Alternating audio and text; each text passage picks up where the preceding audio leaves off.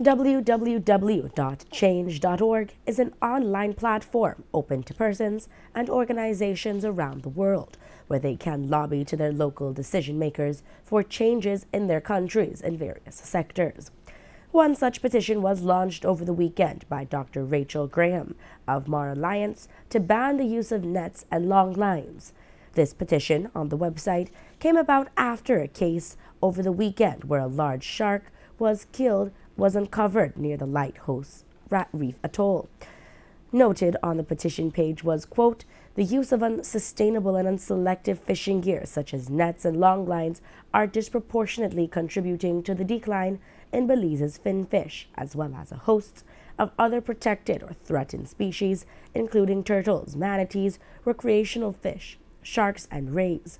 These gears also represent an inequitable means of fishing, where a few fishers capture large numbers of animals at the expense of many fishers who work hard to sustain themselves, their families, and the country's fisheries, using sustainable hook and line fishing.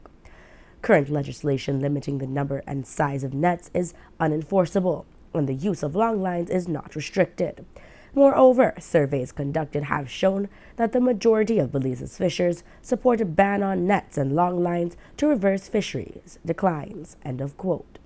According to Oceana Belize's Janelle Chinona, the numbers of fish being lost is alarming and have to be seriously addressed. Looking at this big picture wise, so last year we had a rare scalloped hammerhead that drowned in a gillnet off Hopkins. Scalloped hammerheads are down 95% across the world, so that was a really good chance that was the last scalloped hammerhead in Belizean waters. 2 weeks ago we had a documented case of another type of hammerhead dead offshore Monkey River near an area called Rocky Point. Another incident. We have this one, 32 sharks in 1 weekend.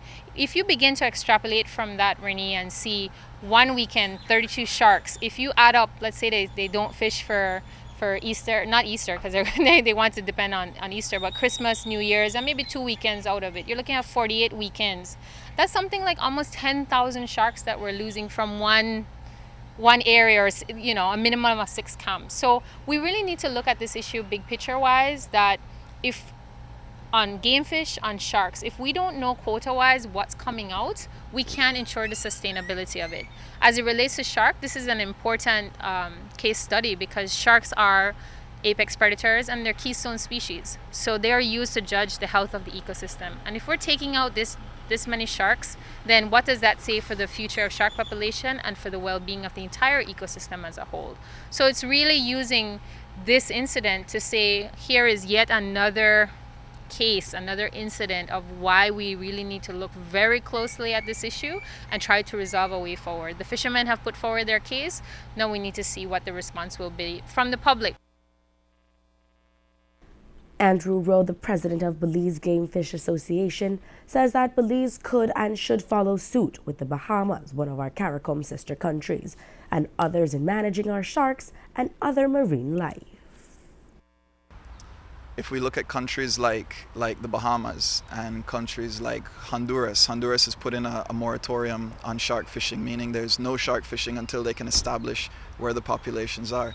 The Bahamas in 2011, who's one of our CARICOM neighbor countries, banned shark fishing completely in 2011. They feel that sharks as a tourist attraction are worth in the region of $70 million to them. And that's fish that are alive, where you can take divers to look at them, swim with them, and these people will come back again and again.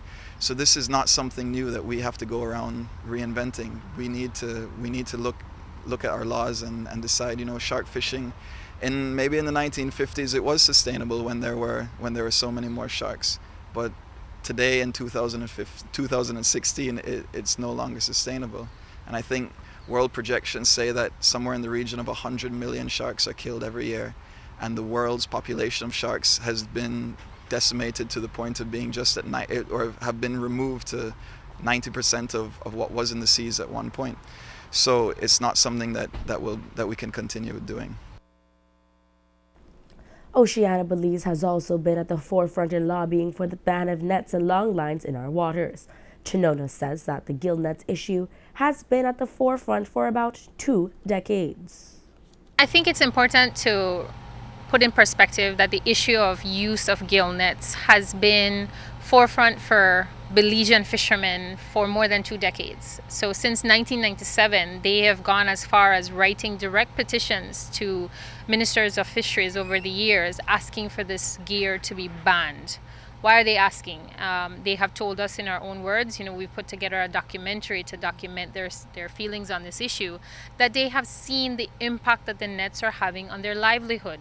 No fisherman wants to stop fishing. So when he is reconciling and looking back and saying he's going longer, he's fishing harder, he's fishing deeper, and he's catching less, it's his onus to try to figure out, well, what am I doing? How can I help? How can I ensure the sustainability of my livelihood in the future?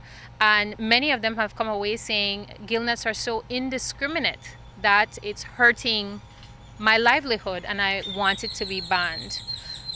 Recreational fishermen, sports fishermen, are seeing where the sports fish that they depend on for that industry, bonefish, tarpon, permit, that are protected species, are also falling prey to these gill nets because of where they're being set.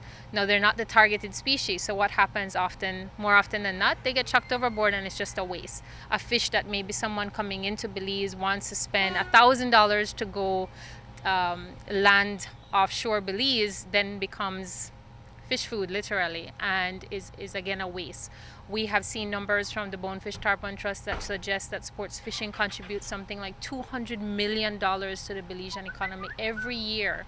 So we really need to look at this in an economic perspective and a sustainability perspective. No one wants fishermen to stop fishing, but it's looking at the type of gear so that we can ensure sustainability. And across the world, fishermen and experts alike are agreeing that the indiscriminate nature of these nets make them unsustainable.